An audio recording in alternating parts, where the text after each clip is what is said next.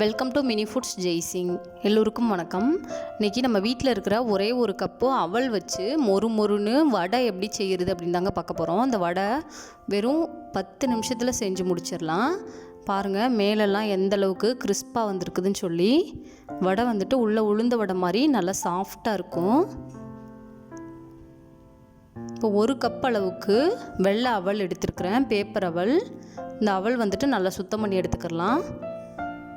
எடுத்துகிட்டு இதை ஒரு பவுலுக்கு மாற்றிடலாம். மாற்றிட்டு இதை கொஞ்சமாக தண்ணி ஊற்றி 1 டைம் மட்டும் கழுவி எடுத்துக்கலாம். அதில் இருக்கிற தூசியெல்லாம் போகிற மாதிரி லைட்டாக வாஷ் பண்ணணுங்க. ரொம்ப அழுத்தி பிசைஞ்சு விட்டுறக்கூடாது. இது போல் லைட்டாக வாஷ் பண்ணிவிட்டு அந்த தண்ணியை வந்துட்டு வடிகட்டி எடுத்துடலாம். பாருங்கள், நல்லா தண்ணியை வந்துட்டு வடிகட்டி எடுத்தாச்சு. இப்போ திருப்பியும் இதில் மூழ்கிற அளவுக்கு தண்ணி ஊற்றி கரெக்டாக ஒரு நிமிஷத்துலேருந்து 2 நிமிஷம் வரைக்கும் ஊற வச்சு எடுத்துக்கலாம். அதுக்கு மேலே வைக்கக்கூடாது, ரொம்ப சாஃப்ட் ஆகிடும். இப்போ ஒரு நிமிஷம் ஆயிடுச்சு. அந்த தண்ணியெல்லாம் வடிகட்டி எடுத்தாச்சு. இது போல் பதம் இருக்கிற மாதிரி பார்த்துக்கோங்க. இந்த அவல்லையே கொஞ்சமாக ஈரப்பதம் இருக்குங்க. இப்போ இதில் 1/2 கப் அளவுக்கு சின்னதாக கட் பண்ண வெங்காயம் சேர்த்துக்கலாம். நம்ம தண்ணி எதுவும் இப்போ சேர்த்துற வேண்டாம்.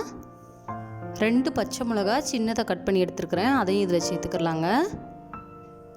நீங்கள் காரத்துக்கு ஏற்ற மாதிரி சேர்த்துக்கலாம். கொஞ்சமாக கருவேப்பிலை சின்னதாக கட் பண்ணி எடுத்துருக்கிறேன், அதையும் சேர்த்துக்குருவோம். 2 டேபிள் ஸ்பூன் அளவுக்கு அரிசி மாவு சேர்த்துக்கலாங்க. அந்த மாவோட பதம் சேர்ந்து வர்றதுக்காண்டி அரிசி மாவு சேர்த்துக்கிறோம். 1 டேபிள் ஸ்பூன் அளவுக்கு ரவை சேர்த்துக்கலாம். வறுத்த ரவை, வறுக்காத ரவை எது வேணாலும் சேர்த்துக்கலாங்க. இது எல்லாத்தையுமே நல்லா கையை வச்சு கலந்து விட்டுறலாம். இதில் தேவையான அளவுக்கு உப்பு சேர்த்துக்கலாம். ரொம்ப அழுத்தம் கொடுத்து பிசையக்கூடாது.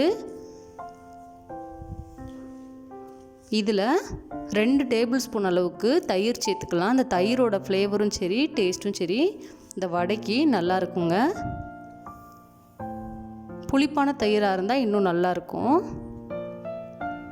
இதையும் சேர்த்து லைட்டாக பிசைஞ்சு விட்டுக்கலாம். ரொம்ப சாஃப்டான மாவு மாதிரி வர மாதிரி பிசையக்கூடாது. அந்த அவல் வந்துட்டு லைட்டாக தெரியணும். பாருங்கள், உங்களுக்கு தண்ணி தேவைப்பட்டுச்சுன்னா கொஞ்சமாக சேர்த்து இது போல் பதம் வர்ற அளவுக்கு பிசைஞ்சுக்கோங்க. மோஸ்ட்லி அந்த அவலில் இருக்கிற ஈரப்பதமே போதுமானதாக தான் இருக்கும். இது போல் கையில் லைட்டாக தண்ணி தொட்டுட்டு தட்டி எடுத்து வடைக்கு மாதிரி இது போல் ஓட்டை போட்டு எடுத்துக்கோங்க. லைட்டாக விரிசல் வந்துச்சுன்னா தண்ணி தொட்டு அதை அழுத்தி கொடுத்துக்கோங்க. இப்போ அடுப்பில் எண்ணெய் வச்சு சூடானதுக்கப்புறமா அதை மீடியம் ஃப்ளேமில் வச்சுட்டு நம்ம ரெடி பண்ணி வச்சுருக்கிற வடையை வந்துட்டு ஒன்று ஒன்றா போட்டுக்கலாங்க.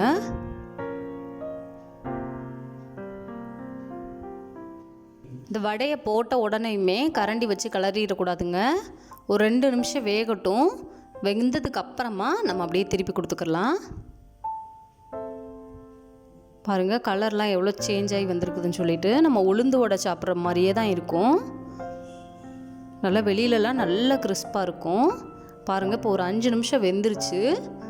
அவ்வளோதாங்க, சூப்பரான கிறிஸ்பியான வடை 10 நிமிஷத்தில் நம்ம ரெடி பண்ணியாச்சு. எந்த மாவும் அரைக்கலை, அரிசி எதுவும் ஊற வைக்கலை. சிம்பிளான மெத்தடில் அந்த வடை வந்துட்டு ரெடி பண்ணியாச்சுங்க. ரொம்ப கிறிஸ்பாக இருக்கும். இந்த வீடியோ உங்களுக்கு பிடிச்சிச்சுன்னா லைக் பண்ணுங்கள், கமெண்ட் பண்ணுங்கள், உங்கள் ஃப்ரெண்ட்ஸ் அண்ட் ஃபேமிலிஸ்க்கும் ஷேர் பண்ணுங்கள். இதே போல் சிம்பிளான ரெசிபீஸ் வீடியோ தொடர்ந்து பார்க்குறதுக்கு மறக்காமல் நம்ம mini foods Jaisingh channel subscribe பண்ணுங்கள்.